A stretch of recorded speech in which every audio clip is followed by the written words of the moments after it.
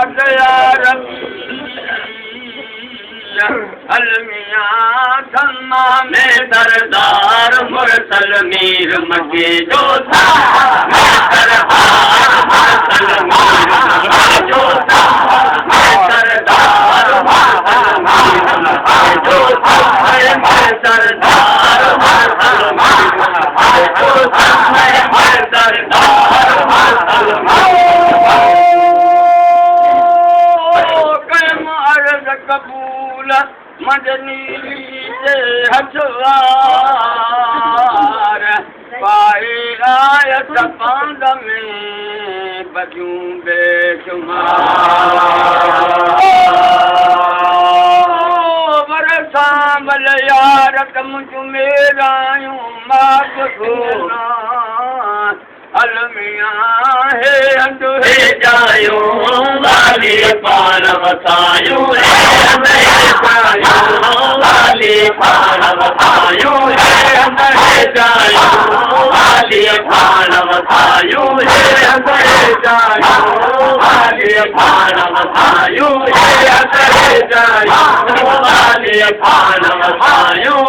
अंधे आयो काबलो जितना मुजारी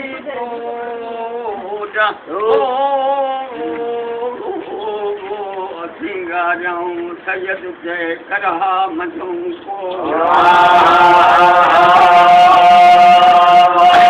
लख लहे दी लोड जी जा तन जतन जी वो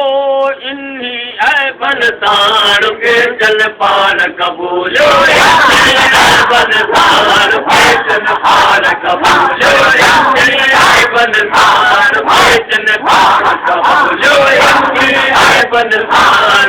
जल पान कबूलो बलसान जल पान कबूलो सदा दूर न हूँ मन वेंदा गुंदर गुजरी वो अखायूं शाह लतीफ़ जे ये पर खाला पवन थोड़े सूर मन दबिदर नमक जे दोस्त जो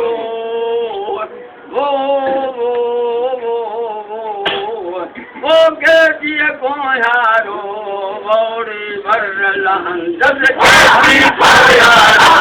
बौड़ी भर लहन जब के को यारो बौड़ी भर लहन जब के को यारो बौड़ी भर लहन जब के को यारो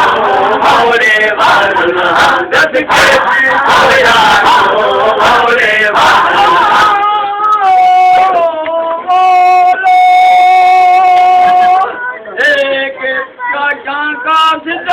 आयो जरानी रमी भलो म्याला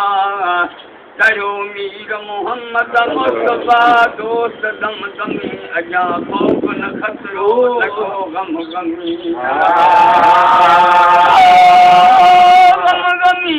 ए कोने जो करीमी तो जे हो जहान में भलो पुराण राजी दे नाले नाम घणी तेरा